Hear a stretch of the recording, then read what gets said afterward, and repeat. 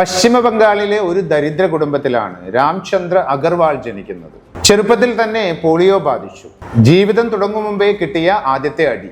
പക്ഷേ അതിലൊന്നും തളരാത്ത കഠിനാധ്വാനിയായ അദ്ദേഹം 1986 കടം വാങ്ങിയ പണവുമായി കൽക്കത്തയിലെ ലാൽ ബസാറിൽ ഒരു ചെറിയ ഫോട്ടോ കോപ്പി കട തുറന്നു. കയ്യിലുണ്ടായിരുന്ന മൂലധനം വെറും 300 രൂപ. കൂട്ടിനുള്ളത് ശാരീരിക വൈകല്യം. ഇന്ന് അദ്ദേഹം തുടങ്ങിയ ആ കട വളർന്ന് വികസിച്ചുണ്ടായ വിശാൽ മെഗാ മാർട്ടിന് 400-ൽ പരം നഗരങ്ങളിലായി 600-ൽ പരം സ്റ്റോറുകളുണ്ട്. വരുമാനം 10,000 കോടിക്ക് മുകളിൽ. ഇത് വെറും ഒരു റാക്സ് ടു റിച്ചസ് സ്റ്റോറിയല്ല, ഇതൊരു ക്ഷമയുടെ കഥ കൂടിയാണ്. ഒരു വലിയ നീക്കം നടത്തുന്നതിനു മുമ്പ് 15 വർഷങ്ങൾ തുടർച്ചയായി ഉപഭോക്താക്കളുടെ സ്വഭാവത്തെ നിരീക്ഷിച്ച ഒരാളുടെ കഥ.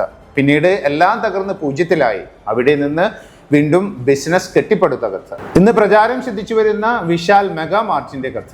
ഫോട്ടോ കോപ്പി കടയിൽ നിന്ന് വസ്ത്രവ്യാപാരത്തിലേക്ക് മാറാൻ അഗർവാളിനെ പ്രേരിപ്പിച്ചത് അദ്ദേഹത്തിന്റെ ബിസിനസ് സഹജബോധമായിരുന്നു. ഇന്ത്യൻ റീറ്റെയിലിൽ ആരും തൊടാത്ത ഒരു സാധ്യത അദ്ദേഹം കണ്ടു. കൊൽക്കത്തയിൽ തന്നെ വിശാൽ ഗാർമെന്റ്സ് എന്ന പേരിൽ ഒരു ചെറിയ കട തുറന്നു അദ്ദേഹം. താങ്ങാവുന്ന വിലയിൽ റെഡിമെയ്ഡ് വസ്ത്രങ്ങൾ. പിന്നെ അദ്ദേഹം അവിടെ 15 വർഷം നിന്നു. കുടുങ്ങിപ്പോയത് കൊണ്ടല്ല, നിരീക്ഷിക്കുകയായിരുന്നു. 15 വർഷങ്ങളോളം അദ്ദേഹം ലാൽ ബസാറിലെ ആ ഗാർമെന്റ് കട നടത്തി. ഇക്കാലയളവിൽ ഇന്ത്യൻ ഉപഭോക്താക്കളെ കുറിച്ചും റീറ്റെയിൽ വസ്ത്രവ്യാപാരം എങ്ങനെ പ്രവർത്തിക്കുന്നു എന്നതിനെ കുറിച്ചും പലതും പഠിച്ചു.